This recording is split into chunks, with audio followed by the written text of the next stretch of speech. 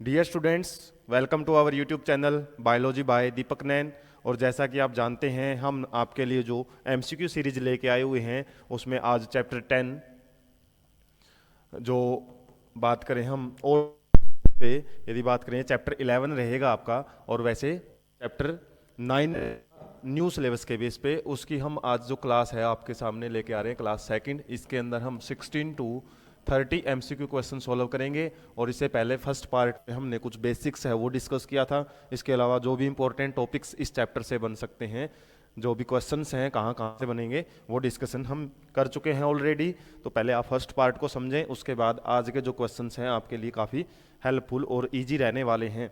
तो हम first question है वो स्टडी कर लेते हैं आज के सेशन का, और ये रहेगा वैसे क्वेश्चन नंबर 16। द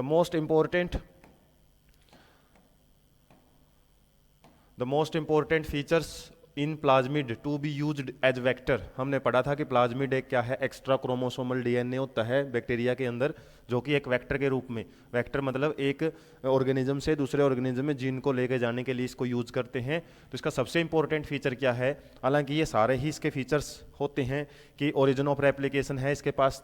और ओरिजिन ऑफ रेप्लिकेशन एक ऐसी जगह है जहाँ से डीएनए रेप्लिकेशन या डीएनए कॉपिंग वो शुरू होती है, डीएनए सिंथेसिस हम बोल सकते हैं वो शुरू होती है। प्रेजेंस ऑफ सेलेक्टेबल मार्कर वो भी इसके पास होता है। सेलेक्टेबल मार्कर में हम एंटीबायोटिक्स वगैरह है, एंटीबायोटिक रेजिस्टेंस जीन यूज करते हैं। Presence of sites of restriction endonuclease भी इसके पास। लेकिन सबसे मोस्ट इंपॉर्टेंट की बात की है, और यदि ये करेक्टरिस्टिक्स पूछता और ऑल ऑफ द अबव आ जाता तो हम सबके साथ जाते, लेकिन मोस्ट इंपॉर्टेंट ये है ओरिजिन ऑफ रेप्लिकेशन, क्योंकि इसके बगैर तो इसका कोई यूज ही नहीं है। क्योंकि वेक्टर का काम क्या होता है, मेनली इनको क्लोनिंग वेक्टर भी हम बोलते हैं। क्लोनिंग वेक्टर क्यों है, क्योंकि इनका काम केवल एक जीन को एक ऑर्गेनिज्म से दूसरे ऑर्गेनिज्म में ही ट्रांसफर करना नहीं होता, इसके अलावा ये क्या करते हैं, उसकी क्लोनिंग भी करते हैं। क्लोनिंग का मतलब डीएनए कॉपी करके डीएनए की रेप्लिकेशन करके ज़्यादा से ज़्यादा नंबर इंक्रीज करते हैं। तो सबसे मोस्ट इंपॉर्टेंट करेक्टर्स हमारा ए रहेगा, बल्कि दूसरे करेक्टर्स वैसे हैं हेल्पफुल ये भी, लेकिन इंपॉर्टेंस की बात करें तो फर्स्ट की तरफ हम जाएंगे। Question number 17, the bacteria protects themselves from virus bye फ्रेगमेंटिंग viral DNA with. और ये क्वेश्चन मिलता जुलता हम पहले भी कर चुके हैं, रेस्ट्रिक्शन से रिलेटेड आया था वहां वर्ड कि वैसे तो बैक्टीरिया क्या करते हैं, हम इनके पास कुछ ऐसे पार्टिकुलर इंजाइम्स की सिंथेसिस करते हैं जो एक प्रकार के न्यूक्लिएजिज होते हैं, न्यूक्लिएजिज। और न्यूक्लिएजिज इंजाइम क्या करते हैं, मेनली जो वायरल डीएनए होता है या फिर वायरस से आया हुआ डीएनए जो कि बैक्टीरिया की सेल को डैमेज कर सकता है। कौन से वायरसेस थे वो, bacteriophage viruses. Bacteriophage viruses, bacterio means bacteria को, फेजिज मतलब ईट करने वाले, खाने वाले वायरसेज। तो उनको, उनसे बचने के लिए क्या, कौन से टाइप के एंजाइम प्रोड्यूस करता है, ये करता है एंडोन्यूक्लिएज एंजाइम, रेस्ट्रिक्शन एंडोन्यूक्लिएज भी हम बोल सकते हैं, रेस्ट्रिक्शन एंडो न्यूक्लिएज एंजाइम वो प्रोड्यूस करता है।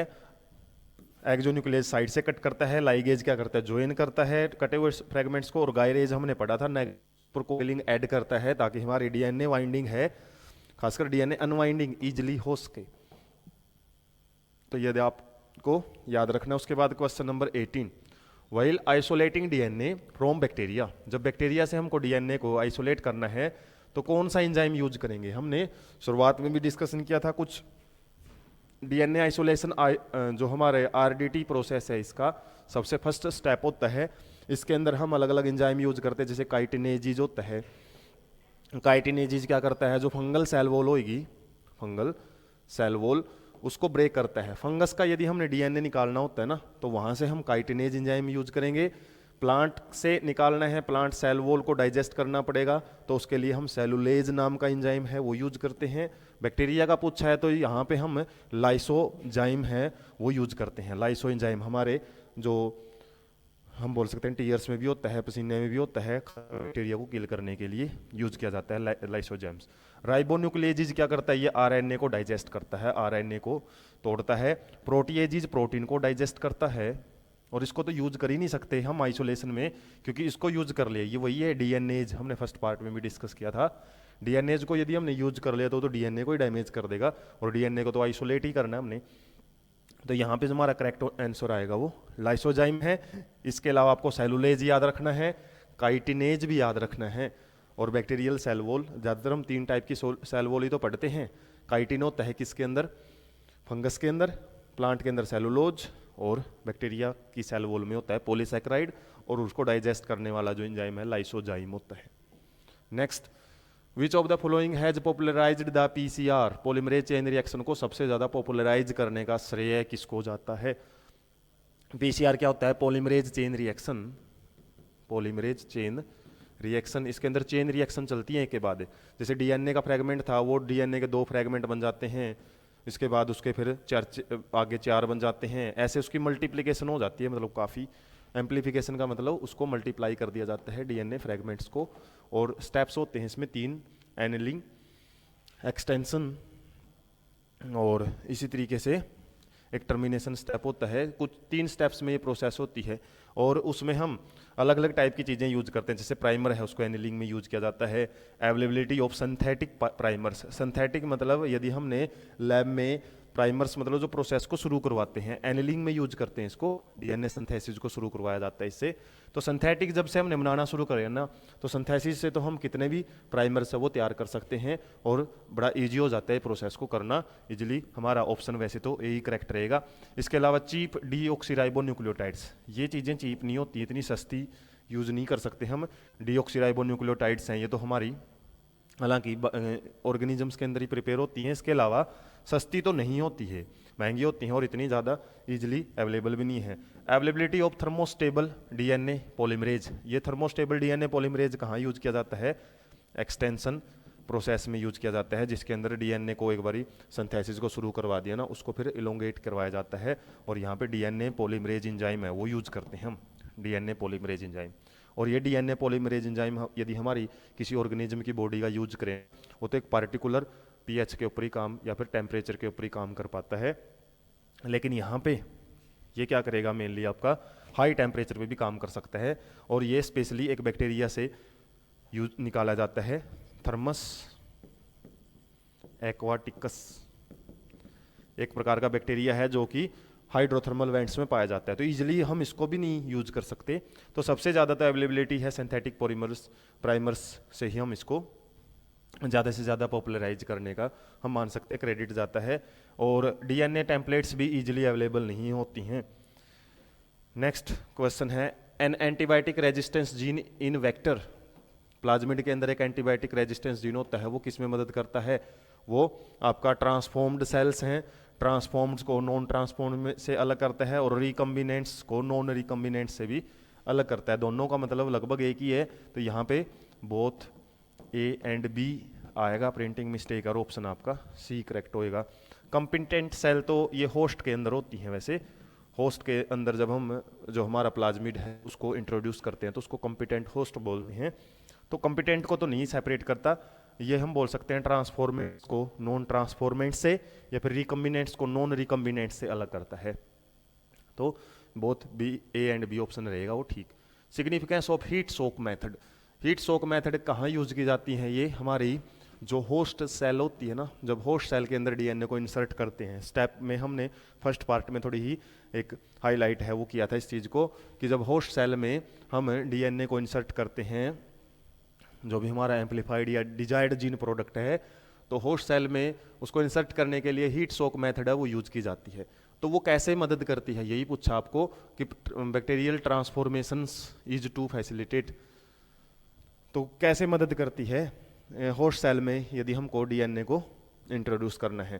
तो इसमें expression of antibiotic resistance gene, ऐसा कोई रोल ही नहीं है कि एंटीबायोटिक रेजिस्टेंस जीन का एक्सप्रेशन होएगा।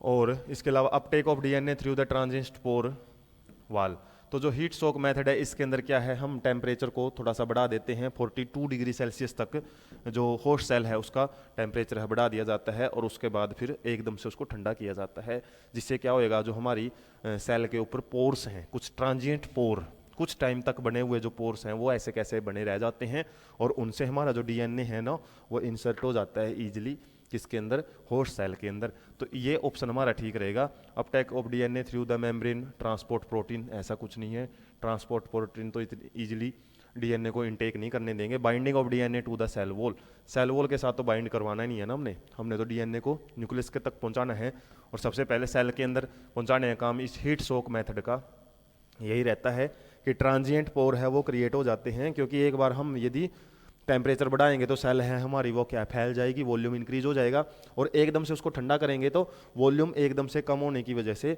हमारे सेल वॉल है या फिर सेल मेम्ब्रेन है उसके ऊपर कुछ पोर्स कुछ टाइम के लिए इकट्ठे बन जाते हैं, और वो पोर्स में से डीएनए है वो इजीली इंसर्ट हो जाता है। Next, the role of DNA ligase in the construction of recombinant DNA molecule is, बताया था डीएनए लाइगेज क्या करता है, ये कट एंड्स को जोड़ता है, ज्वाइन करता है, इसको मॉलिक्यूलर ग्लू भी बोलते हैं, मॉलिक्यूलर ग्लू। तो यहाँ पे आप देख सकते हो इससे रिलेटेड क्या दिया हुआ है, नन ऑफ द वो वाला की लास्ट में आना चाहिए। Ligation of all purine, purine है ये, and pyrimidine bases, purine and pyrimidine को जोड़ता है, प्यूरिन एंड पायरिमिडिन के बीच में तो हाइड्रोजन बॉन्डिंग होती है, वैसे भी हम देखते हैं the formation of hydrogen bonds between sticky ends, sticky and के बीच में हाइड्रोजन बॉन्ड नहीं बनते, हाइड्रोजन बॉन्ड तो प्यूरिन एंड पायरिमिडिन के बीच में बनते हैं, स्टिकी एंड के बीच में तो फॉस्फोडाइएस्टर बॉन्ड बनते हैं, तो फॉस्फोडाइएस्टर बॉन्ड है वो बनाता है ताकि हमारे जो डीएनए के अलग अलग फ्रेगमेंट्स हैं उनको क्या किया जा सके, जोड़ा जा सके, और डीएनए को फ्रेगमेंट को जोड़ने के लिए फॉस्फोडाइएस्टर बॉन्ड होता है, जबकि दूसरा जो फ्रेगमेंट्स है उसको अटैच करने के लिए बोल सकते हैं सिंगल स्ट्रैंडेड जो डीएनए है उसको डबल स्ट्रैंडेड में कन्वर्ट करने के लिए हम यूज करते हैं हाइड्रोजन बॉन्ड। तो पता होना चाहिए हाइड्रोजन बॉन्ड कहाँ होते हैं और फॉस्फोडाइएस्टर बॉन्ड कहाँ होते हैं। Next, the first clinical application of gene therapy over 4 years, हालांकि तो आपके चैप्टर 12 से क्वेश्चन है एप्लीकेशन ऑफ आरडीटी या एप्लीकेशन ऑफ बायोटेक्नोलॉजी, और वहाँ पे किसके लिए यूज किया गया था, वहाँ पे एडीए एडिनोसिन डेफिशिएंसी या फिर एडिनोसिन को सिंथेसिस करने वाला एक एंजाइम है ना, वो अब्सेंट होता है एडीए डेफिशिएंसी से रिमूव करने के लिए, एडिनोसिन डेफिशिएंसी के लिए ये यूज की जाती है, ना कि एडेनिन के लिए, या फिर फर्स्ट एंजाइम्स की फर्स्ट क्लिनिकल वो नहीं है। तो सिंपल ये डायरेक्ट क्वेश्चन है, हम इस टाइप के क्वेश्चन हालांकि सेकंड पार्ट में भी जो हमारे इसे नेक्स्ट का चैप्टर है ना उसमें ज़्यादा डिस्कस करेंगे। Which techniques made it possible to genetically engineering living organisms, कौन सी टेक्निक ने पॉसिबल बना दिया है हमारी जेनेटिकल इंजीनियरिंग को, तो कौन सी टेक्निक है जो हमने डिटेल में पढ़ रहे हैं इस चैप्टर में, रिकम्बिनेंट डीएनए टेक्निक्स या recombinant DNA technology. RNA techniques हम नहीं यूज करते ज़्यादातर, हाइब्रिडाइजेशन है, हाइब्रिडाइजेशन तो नेचुरल भी यूज किया जा सकता है, उसमें जीन मैनिपुलेशन की कोई ज़रूरत भी नहीं होती, जैसे मेंडल ने क्रॉस कर करके किया था, तो उस टाइम पे हाइब्रिडाइजेशन हाइब्रिड वो तैयार करता था जो अलग अलग करेक्टर्स के, तो वहाँ पे कोई इस टाइप की साइंटिफिक स्टडी की कोई ज़रूरत नहीं होती थी, एक्सरे डिफ्रैक्शन का भी कोई यूज नहीं होता, तो आरडीटी ही हमारा ऑप्शन रहेगा। There is a restriction endonuclease called EcoR1, what is the part, ये हम प्रीवियस पार्ट में भी डिस्कस कर चुके हैं सेम क्वेश्चन, और ये आपके प्रैक्टिस के लिए डाला हुआ है, इसका आंसर आप कमेंट सेक्शन में ज़रूर बताएं। उसके बाद आपके लिए जस्ट एक इन्फॉर्मेशन, जैसे आप इस चैनल के साथ कंटिन्यू हैं तो हमारे इस चैनल के साथ भी जुड़े रहें, बायोलॉजी बाय दीपक नैन। जैसे आपको यहाँ पे इंटरेस्टिंग सेशंस यदि लगते हैं MCQ, ऐसे इंटरेस्टिंग सेशंस को एक पार्टिकुलर आपको सिक्वेंशल मोड में जो वीडियोज हैं वो पार्टिकुलर प्लेलिस्ट में प्रोवाइड की हुई हैं, ताकि आप टू द पॉइंट है और डिटेल है हर एक टॉपिक की अच्छे से क्लियर कर पाएँ। साथ में वहाँ पे आपको इंटरेस्टिंग नोट्स हैं वो भी PDF फॉर्मेट में बिल्कुल फ्री ऑफ कॉस्ट है वो प्रोवाइड किए हुए हैं, और साथ में आप हमारे जो भी सोशल मीडिया प्लेटफॉर्म्स हैं वहाँ पे कोई भी पर्टिकुलर टॉपिक से रिलेटेड कमेंट सेक्शन में आप वो टॉपिक का नाम डाल सकते हैं, और उसकी भी हम कोशिश करेंगे आपको अच्छे से जो सेशंस हैं वो प्रोवाइड किए जाएं। और बाकी आप जो भी मेरे से रिलेटेड जो भी पूछना चाहते हैं या फिर क्या कुछ अचीवमेंट है वो आप यहाँ पे पढ़ भी सकते हैं। नेक्स्ट हम आगे बढ़ते हैं, question number 26, in genetic engineering the antibiotics are used, genetic engineering में एंटीबायोटिक्स को कहाँ कहाँ यूज किया जाता है, या फिर किसके लिए यूज करते हैं हम एंटीबायोटिक्स को। एंटीबायोटिक रेजिस्टेंस जीन हैं वो प्रेजेंट होते हैं हमारे प्लाज्मिड में, और इनको सिलेक्टेबल मार्कर के रूप में यूज किया जाता है। सिलेक्टेबल मार्कर मतलब रिकम्बिनेंट्स को नॉन रिकम्बिनेंट्स के साथ ये होते क्या हैं, कम्बिनेंट्स और नॉन रिकम्बिनेंट्स। यदि हमने जो जीन है वो किसी बैक्टीरिया या किसी ऑर्गेनिज्म के अंदर इंट्रोड्यूस कर दिया है, और इंट्रोड्यूस कर दिया मतलब वो जो हमारा डीएनए है फॉरेन जीन को लिए हुए है, उसी को हम रिकम्बिनेंट बोलते हैं, रिकम्बिनेंट। और प्लाज्मिड के ऊपर जब हम इसको इंट्रोड्यूस करते हैं तो ऐसी जगह पे इंट्रोड्यूस करते हैं जिससे कोई पार्टिकुलर एंजाइम है ना वो क्या हो जाता है, डिसफंक्शनल हो जाता है। तो बाहर से यदि हमने कोई जीन डाला है, उसकी वजह से कोई जीन को हमने डिसफंक्शनल कर दिया, पहले वो नॉर्मल था और उसको हमने बीच में से कट कर दिया है, और कट करके क्या कर दिया फिर उसको डिसफंक्शनल या इनएक्टिवेट, उसी को हम क्या बोलते हैं, इंसर्शनल इनएक्टिवेशन। एक वर्ड है ये काफ़ी कंफ्यूज करता है, क्या होता है इंसर्शनल इनएक्टिवेशन। तो ये इंसर्शनल इनएक्टिवेशन मतलब हम क्या करते हैं, कोई भी एंटीबायोटिक रेजिस्टेंस जीन था मान लो बैक्टीरिया के प्लाज्मिड के अंदर, और उसके बीच में हमने अपना जीन ऑफ इंटरेस्ट डाल दिया, और उसके बाद क्या किया जाता है, इस प्लाज्मिड वाले बैक्टीरिया को हम एंटीबायोटिक वाले रीजन में रख देते हैं, या फिर इसको बाहर से एंटीबायोटिक्स है वो डाल देते हैं। पहले तो ये रेजिस्टिविटी क्रिएट कर लेता था, लेकिन अब हमने इसका जीन है ना जो एंटीबायोटिक रेजिस्टेंस जीन, उसको डिसफंक्शनल बना दिया है। अब ये कोई भी रेजिस्टिविटी शो नहीं कर पाएगा, तो ये किल हो जाता है, मर जाता है। और जो किल होएंगे ना वही हमारे ट्रांसफॉर्मेंट्स हैं, वही हमारे ट्रांसफॉर्मेंट्स या रिकम्बिनेंट्स भी हम बोल सकते हैं। और जो सर्वाइव कर जाते हैं इसका मतलब वहाँ पे हमारी रिकम्बिनेशन नहीं हुई है या फिर ट्रांसफॉर्मेशन नहीं हुई है। हमारे काम के कौन से हैं जो यहाँ पे मर जाते हैं, उन्हीं से हमको पता लग जाता है कि हमारा जो जीन ऑफ इंटरेस्ट है ना वो सही जगह पे वो पहुँच चुका है। तो इस तरीके से सिलेक्टेबल मार्कर से हम क्या करते हैं, चीज़ों को हाईलाइट करते हैं। तो इससे भी उन बैक्टीरिया को, मान लो हम 1000 बैक्टीरिया के साथ एक्सपेरिमेंट कर रहे हैं और वहाँ पे लगभग 500 में ना जो हम एंटीबायोटिक रेजिस्टेंस जीन में जैसे हमने डाला उनको वो किल हुए हैं, और 500 हैं वो सर्वाइव कर चुके हैं। और जो सर्वाइव किए हुए हैं उनको हम अलग निकाल लेंगे, वो हमारे काम के नहीं है। और जो किल हो चुके हैं ना वो क्या है, इसका मतलब हमारा जीन ऑफ इंटरेस्ट उनके अंदर चला गया है, जिसकी वजह से उनके अंदर एंटीबायोटिक रेजिस्टेंस अभी नहीं रहा और उसको हम यूज कर लेते हैं। तो इसलिए उनको सिलेक्ट किया जाता है, उन 500 को सिलेक्ट किया जाता है ना, हाईलाइट किया जाता है, इस तरीके से सिलेक्टेबल मार्कर्स के रूप में यूज किया जाता है एंटीबायोटिक्स को।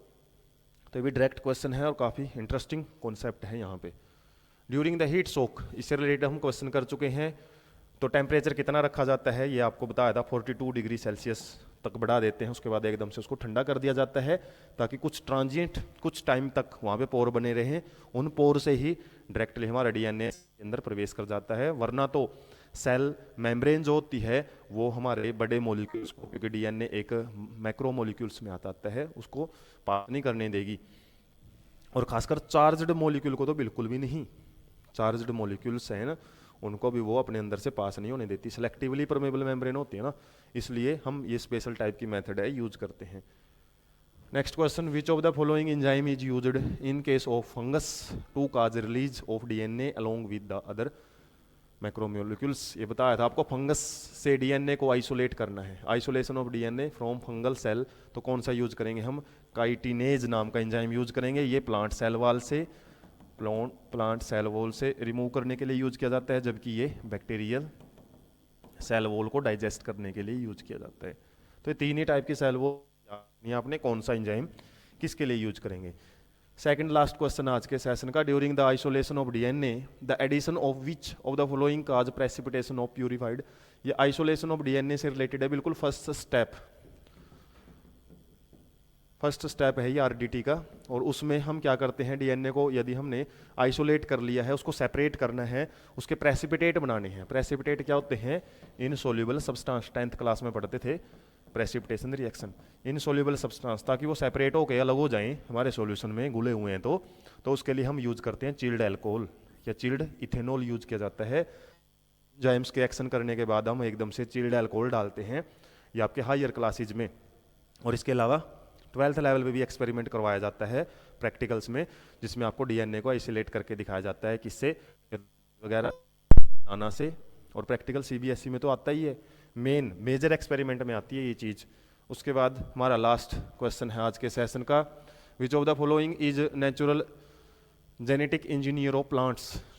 मतलब जेनेटिक इंजीनियरिंग नेचर में होती है और वहीं से हम सीखते हैं जैसे जो शेप है एरोप्लेन की या फिर जो हमारे शिप्स की शेप है, किसको देख के ही हम डिजाइन करते हैं? जो ऑर्गेनिज्म पहले से उस शेप को यूज कर रहे हैं। तो हमारे पास ऐसे इनबिल्ट कोई ऐसा टेक्नोलॉजी नहीं है, हम भी नेचर से ही सीखते हैं। तो जो जेनेटिक इंजीनियरिंग है ना, जेनेटिक इंजीनियरिंग, इस टाइप की टेक्निक्स ऑलरेडी हमारी नेचर में हो रही हैं। वो बात अलग है कि वो अपनी नेचुरल स्पीड से होती हैं। और इसी टाइप का प्लांट्स के अंदर जो जेनेटिक इंजीनियरिंग होता है ना, ये एग्रोबैक्टीरियम ट्यूमिनिफेसियन होता है, AGBR भी यूज करते हैं। और इसके तो बहुत ज़्यादा आप एप्लीकेशन पढ़ते हो, BSc MSc लेवल पे काफ़ी सारे क्वेश्चंस भी बनते हैं। तो AGBR जो है ये एक प्रकार का बैक्टीरिया होता है जो क्या करता है, अपना जीन है ना TI प्लाज्मिड है वो इंट्रोड्यूस करता है प्लांट सेल के अंदर, और वहाँ से फिर क्या है फंक्शनिंग कंट्रोल करता है, ट्यूमर बनाता है ये, और ट्यूमर बना के प्लांट्स की जो शेप है उसको डिसफिगर कर देता है। तो एक प्रकार का जेनेटिक इंजीनियर बोला जाता है इसको। ईस्ट कोई ऐसा है नहीं, इकोलाई तो हमने पढ़ा था, एक प्रकार का प्लाज्मिड का सोर्स होता है। और माइकोप्लाज्म तो क्या है, एक प्रकार का, यदि हम बात करें इसको किंगडम मोनेरा के अंदर ही पढ़ते हैं। सबसे पहला किंगडम है ना जो मोनेरा, बैक्टीरिया के बाद छोटा सा डिस्कशन दिया हुआ है इसका माइकोप्लाज्म्स का। और ये क्या होते हैं, लैक ऑफ ऑक्सीजन भी सर्वाइव कर सकते हैं, और ये डिजीज कोज करते हैं, पैथोजेंस वगैरह हैं उसके फॉर्म में ज़्यादा होते हैं। इसके अलावा इनके पास सेल वॉल अब्सेंट होती है। तो ऐसा कोई भी टॉपिक आपका आ जाए ना, उसको आप रिसर्च करो डिटेल से अच्छे से, तभी आप उससे जुड़े आगे क्वेश्चन सोल्व कर सकते हो। और इस तरीके से आज हमने चैप्टर 11 है जो, और पुराने सिलेबस के बेस पे 11 और नए के बेस पे जो चैप्टर आपका 9 रहेगा उसको हमने सोल्व कर लिया है। और ऐसे ही इंटरेस्टिंग सेशन के लिए आप चैनल के साथ जुड़े रहें, क्योंकि इसके बाद हमने चैप्टर पार्ट 3 है वो भी डिस्कस करना है। और वीडियो को ज़्यादा से ज़्यादा दोस्तों के पास शेयर करें। Thank you so much.